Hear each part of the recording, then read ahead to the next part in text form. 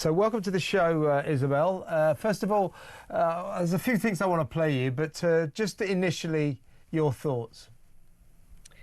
Well, my thoughts are that as we speak, there are pro-Palestinian and indeed probably pro-Hamas demonstrators gathering in Westminster and in Manchester, shouting, baying, chanting, waving their pro-Palestinian flags. And these awful marches give us some clue as to why we are where we are this evening, and as to the origins of today's absolutely appalling events. You know, we let these people continue to shout their bile, to scream their horrible anti-Semitic chants. We let them continue to wave their foreign flags and wage battles which are not our battles, actually. Of course, the whole world should care what's going on in Israel and what's going on in Palestine. Of course they should, but we don't need to litigate all of that on our streets. And here we are. You know, is it any surprise? No, it's not. Now, Gideon Falter, the chief executive of the campaign against anti-Semitism, released a statement. This excellent organisation held their council all day. They embargoed this till about half an hour ago. I read the whole thing out, but it's a very powerful statement. But among his strong words were this. The eyes of the Jewish people worldwide and decent Britons across the country now turn to Downing Street, not for thoughts and prayers or empty declarations that anti-Semitism has no place in Britain, but to hear what concrete, forceful measures will now be enacted.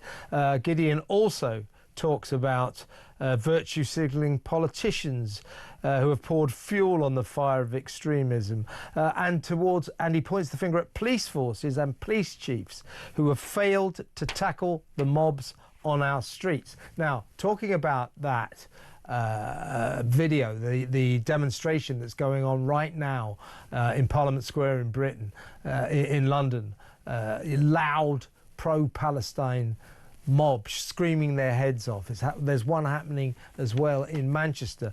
Gideon asks to hear what concrete, forceful measures will now be enacted. He also demands that the police forces and police chiefs who have failed to tackle the mobs get to grips with it. So what I would suggest is, in terms of something concrete that the Prime Minister and indeed the police can do, is to start taking a much closer look at these wild pro-Palestine marches that snake through the streets of our cities every weekend, and start arresting all of the people who clearly break the law. They call for jihad, they call from the river to the sea, which means the annihilation of the Jewish people, and their chants, their posters are against the law, and yet the police always turn a blind eye. Got to keep the streets safe, keep it calm, don't want to inflame the situation.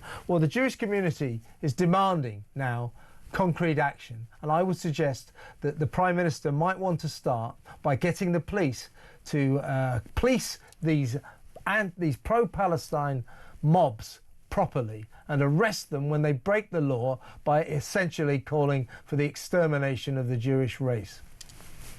So, Kev, I'd actually go further. I mean, you may not agree with this because, you know, both of us at our hearts are libertarians, and it's horrible. We don't generally believe in banning anything, really, or very little, you know, only the most awful, obviously illegal behaviour. I've said many a time I'd have banned these marches a long time ago. There are 101 reasons why they are a toxic presence on our streets. I would just say that at this point, those marches have become a danger. You know, I think they've been a danger for a very long time. I would say that there is more than enough excuse now for the government to ban them. But of course they won't do that. I realise that I don't know how many people would agree with me, but I'm sick of these marches, absolutely sick of them. You know, we've got plenty of virtue signalling Labour figures tonight talking about, you know, we're not going to let terrorists divide us and so on. those marches divide us. Every time those people take to the streets waving their ridiculous, creepy Palestinian flags, that divides our streets. So I would just stop it. Fair point, fair point. I'm certainly very sickened by them today. I think it's absolutely disgusting, and they got no shame staging these demonstrations today. No, they don't. Today. They have no shame. It's repulsive. It's repulsive. But listen, let's have a look or a listen and a look at the Prime Minister's statement a couple of hours ago, and let's talk about what we think about it. This now. And while this is not a new hate, this is something Jews have always lived with. We must be clear. It is a hatred that is rising once again, and Britain must defeat it once again. On behalf of the nation, I want to offer my condolences to the families and victims affected. I want to thank the Greater Manchester Police, the first responders, and those dedicated security specialists. There is no doubt whatsoever that they have prevented an even greater tragedy, and we thank them for their bravery. But to every Jewish person in this country, I also want to say this. I know how much fear you will be holding inside of you. I really do. And so, on behalf of our country, I express my solidarity, but also my sadness that you still have to live with these fears. Said the weasel who recognised Palestine and rewarded Hamas for their atrocity on October the 7th. As I said at the beginning of the show, if you reward terrorism, you promote more terrorism. A lot of Jewish people today and non-Jewish people today, maybe including me, saying unequivocally that the Prime Minister, by recognising Palestine, now has blood on his hands, that recognition led to what happened today. It emboldened the ongoing explosion of anti-Semitism, and then you got this attack on the synagogue. Many say it's your fault, Starmer. Honestly, Julia Hartley-Brewer said earlier he should hang his head in shame. I can't help but agree with her. I mean, I listened to that statement open-mouthed, and I know how the Jewish community feel. I've spent time with them. I was in Israel a few months ago. My partner Richard Tice is just back actually from 4 days, very intense days in Israel. He went right to the border with Gaza, saw food distribution aid going into Gaza. There's a lot of controversy about that, and I'm sure he'll be speaking about that in days to come. I know how they feel. And I think they will be absolutely snorting with derision at that statement. In fact, they will consider that statement from the Prime Minister a downright insult. How can he stand there at that lectern and say he knows how they feel and express his solidarity when it's his actions that have made them feel that way, or inactions that have made him feel that way in the first place? He's rewarded terrorism by recognising Palestine, and look where we are. Exactly. Now, you and I talked earlier about Richard's trip to Israel only last week. 4 days there. He met some serious dignitaries, even the president of Israel, I do believe, and I think he's okayed you to reveal what his meetings brought home to him, and that is that the Israelis, the Israeli government, Israeli people generally, are absolutely appalled by what they see as the treacherous way in which Britain has abandoned them by recognising Palestine, by this government's just clear pro-Palestine, anti-Israel policies. Israelis and the Israeli government are furious with Starmer, aren't they? I mean, that came across so powerfully during his trip, that he was lucky enough to get tremendous access. And in fact, technically he's a backbench politician, opposition party. I mean, he's a deputy leader, yes, but, it's quite unusual for the deputy leader of a political party that isn't in power to get access to the president of a country, to the foreign minister of that country. Why did he get that access? Well, because they are truly fed up, and that's putting it politely, with the actual prime minister of this country, and in particular the deputy prime minister of this country, I should think. So they were more than happy to engage with him, because reform, I think, in general, is trying to do what it can to support the Jewish community, which feels deserted by pretty much everyone else in Parliament. And one thing that did come across as well, it may seem a small thing, but Downing Street had literally rolled out the red carpet for Mahmoud Abbas, for the Palestinian Authority. And then when the Israeli minister came over, no red carpet. These are small things, but they're also big. I don't think things. that is a small thing. I think that's pretty shocking.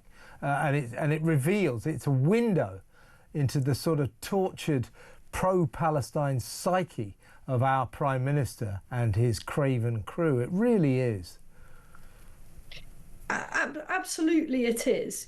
And this is a small country, but it is a country Israel, that has been our ally and remains an incredibly important strategic ally, or was until all of this happened. And the damage that has been done by the attitude of senior Labour figures, led by the Prime Minister, to that relationship is absolutely devastating. And it's shocking, isn't it, that there are members of the Jewish community in London who are making plans or have already left to go back to Israel because they feel safer in Israel than they do in London. Well, I've got neighbours who are in their 60s. As I say, it's almost weird to say, oh, these Jewish people. They're not, they're British. They're born here. They're just they're just British people who happen to be Jews. They're thinking of going to Israel. They've hardly ever been there. But they don't feel safe in this country anymore. Now, to go back to Gideon Falter, the chief executive of the Campaign Against Anti-Semitism statement, his very powerful statement. In it, as I said to you earlier, he attacked police forces and police chiefs who have failed to tackle the mobs on our streets, universities and schools that have tolerated incitement, and then the BBC, whose bias and moral collapse has essentially turned them into spokespeople for Hamas, who they still refuse to call terrorists. Now, I'm going to play you a little clip from the BBC. This was very soon after the attack, so this was very early today, soon after the attack at 9:31 is when it happened. This wasn't long afterwards. This is The View from Planet BBC. People on the hard right, the far right, are a bit divided on their attitude to the Jewish community these days in the UK. But certainly the Jewish community has felt that they were at risk from multiple directions, some from the sort of extremist Islamist direction, but also some from the kind of neo-Nazi elements on the far right. So it is both that are of concern, and as you say, at this stage we don't really. Yeah. But mostly, of course, it's probably the hard right or the far right.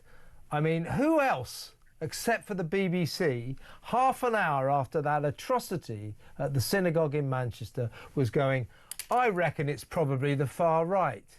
Who else, apart from the BBC, would have remotely been thinking that? Well, you know what we're all thinking, what we're thinking to this moment.